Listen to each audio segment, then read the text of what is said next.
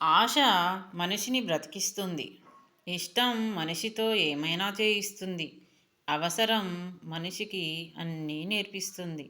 విత్తనం మంచిదైతే ఎక్కడ విసిరేసినా బతికి మహావృక్షంగా ఎదుగుతుంది. అలాగే కష్టపడే తత్వం గలవారు ఎన్ని అడ్డంకులు ఎదురైనా అనుకున్న లక్ష్యాన్ని సాధించగలరు. మట్టిలో ఎన్ని మలిన పదార్థాలున్నా దానితో విగ్రహాలు చేసినప్పుడు వాటిని పూజిస్తారు. అప్పుడు మట్టిని చూడరు, మీ ఇష్టదైవాన్నే చూస్తారు. అట్లే ప్రతి మనిషిలో మంచిని మాత్రమే చూడండి, చెడుని కాదు. జీవితంలో బాగా గుర్తుపెట్టుకోవలసిన కొన్ని మంచి మాటలు వినండి.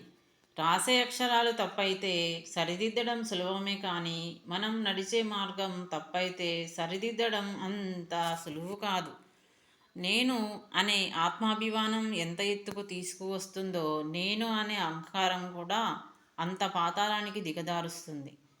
దుర్మార్గులతో స్నేహం మంచిది కాదు, విరోధం మంచిది కాదు. పాము ప్రేమగా కరిచినా కసిగా కాటేసినా ప్రమాదమే మరి. నీ మనసును గాయపరిచిన వారిని మరిచిపో, కానీ నిన్ను ప్రతిరోజు ప్రేమించే వారిని గుర్తుంచుకో.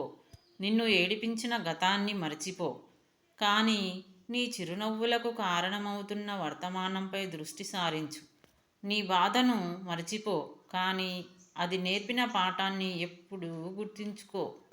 గౌరవం అనేది గుణాన్ని చూసి ఇస్తారు, ధనాన్ని అందాన్ని చూసి కాదు.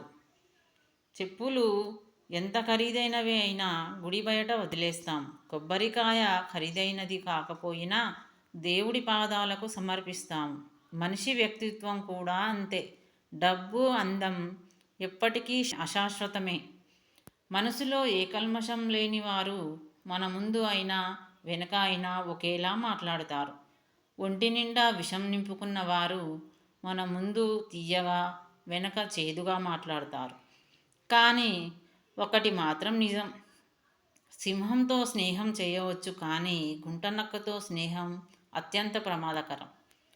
మన నోటిలోనికి పోయే పదార్థాలు రుచిగా, మంచిగా ఉండాలి అని కోరుకునే మనం, మన నోటి నుండి వచ్చే మాటలు కూడా అంతే రుచిగా, మంచిగా ఎదుటివారికి అనిపించాలి. మిమ్మల్ని చులకనగా చూసేవారి నుండి, పరిష్కారం లేని గొడవల నుండి, మీ మనసుని కష్టపెట్టే విషయాల నుండి ఎంత దూరంగా ఉండగలిగితే మనసుకు అంత శాంతి కలుగుతుంది. పైకి కనిపించేదంతా మంచిది కాదు, నీకు కనిపించని ప్రపంచం కూడా ఉంది. నువ్వు నమ్మినంత వరకు అందరూ నటిస్తూనే ఉంటారు. ఒకసారి ఎదురు తిరిగి నిజాలు మాట్లాడి చూడు, అసలు రంగు బయటపెడతారు. నీతో అవసరం ఉన్నంత వరకు నీకు అనుకూలంగా మాట్లాడతారు. అవసరం అయిపోయాక చులకనగా చూస్తారు. పాముకు కూరల్లో విషం ఉంటే కొందరు మనుషులకు మాత్రం ఒళ్ళంతా విషమే. జాగ్రత్త మరి. మరికొన్ని వీడియోల కోసం సబ్స్క్రైబ్ చేసుకోండి, లైక్ చేయండి, షేర్ చేయండి మరియు కామెంట్ చేయండి.